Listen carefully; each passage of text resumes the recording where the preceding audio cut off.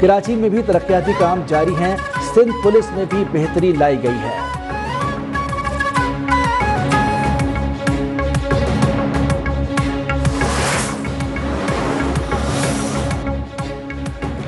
سندھ کے سینئر وزیر شرجیل انعام میمن کا برطانوی ڈپٹی ہائی کمشنر دیرور سے ان کی ملاقات، صوبائی حکومت کے اقتصادی منصوبوں اور دیگر اہم امور پر گفتگو۔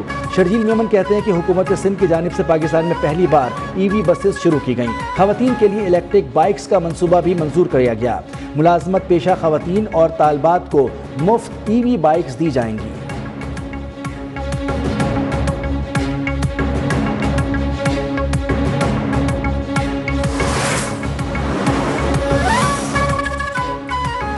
پنجاب اسمبلی اجلاس میں لوکل گورنمنٹ ترمیمی بل پنجاب گداگری ترمیمی 2025 کثرت رائے سے منظور۔ پنجاب میں بھیک منگوانا ناقابل ضمانت جرم قرار۔ کسی ایک شخص سے بھیک منگوانے والے سرغنہ کو 3 سال قید اور 3 لاکھ جرمانہ یا دونوں ہوں گی۔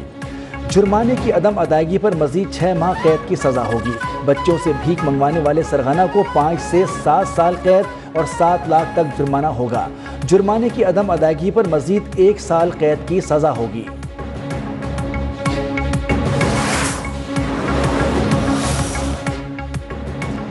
وزیراعلیٰ پنجاب مریم نواز نے TDCP ڈبل ڈیکر بس کے کرایوں میں اضافہ مسترد کر دیا۔ لاہور کی سیاحت کے لیے 3 روٹ پر چلنے والی بس کے کرائے میں اضافے پر اظہار ناپسندیدگی۔ کرایوں میں اضافے کا نوٹیفیکیشن واپس لے لیا گیا۔ ٹورزم ڈیولپمنٹ کارپوریشن پنجاب کی سائٹ سی آن لاہور بس سروس کے کرائے میں 200 سے 500 روپے تک کا اضافہ کیا گیا تھا۔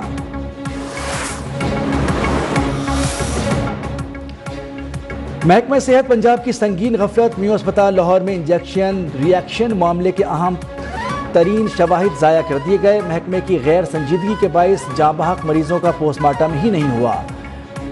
DTL رپورٹ آنے سے پہلے ہی سارا ملبہ نرسز پر ڈال دیا گیا۔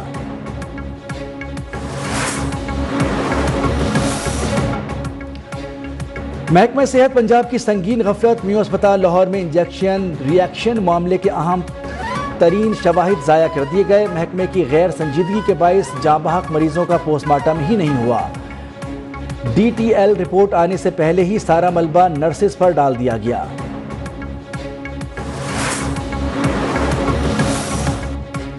لاہور جنہ اسپتال کے ڈاکٹرز آپس میں گتم گتا، ایک دوسرے سے لاتوں اور مکوں اور گھوسوں کی بارش۔ نیوز 1 کو جھگڑے کی فوٹیج موصول۔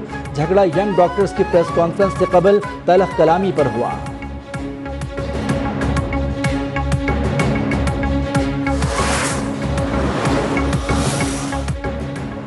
امریکہ جو چاہے کر لے، مذاکرات نہیں کریں گے۔ ایرانی صدر مسعود پزشکیان کا 2 ٹوک اعلان۔ امریکی ہم منصب ڈونلڈ ٹرمپ کو مخاطب کرتے ہوئے کہا کہ امریکہ جو کرنا چاہتا ہے کر لے، ایسی بات چیت کو قبول نہیں کریں گے جو دھمکیوں کے تحت کی جائے۔ امریکہ ہمیں احکامات اور دھمکیاں دے، یہ قابل قبول نہیں۔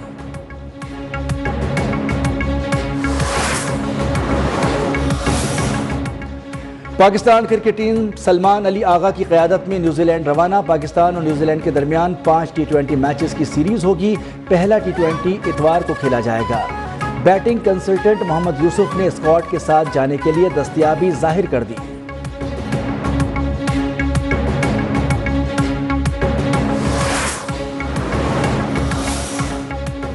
دورہ نیوزی لینڈ کے بعد پاکستان ٹیم کا نیا مستقل ہیڈ کوچ رکھنے کا فیصلہ۔ ذرائع کے مطابق سابق کرکٹرز غیر ملکی کوچز سے رابطہ کیا جائے گا۔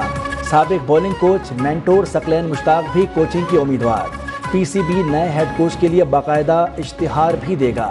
دورہ نیوزی لینڈ کے لیے عاقب جاوید کو ہی عبوری ہیڈ کوچ بنایا گیا ہے۔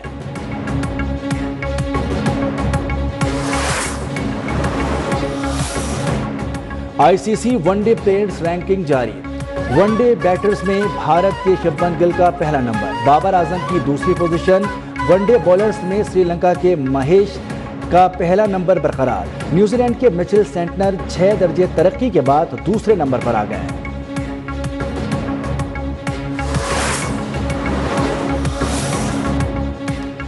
ICC کا مطلب Indian cricket board. Andy Roberts ہر جگہ بھارت کو فائدہ پہنچانے پر برس پڑے۔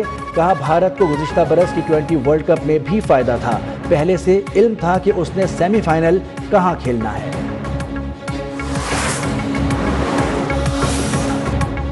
قومی کرکٹ ٹیم کے فاسٹ بالر حارث رؤف نے نومولود بیٹے کے ساتھ تصویر شیئر کر دی۔ مداحوں اور سوشل میڈیا صارفین کو نام بھی بتا دیا، لکھا بیٹے کا نام محمد مصطفیٰ حارث رکھا ہے۔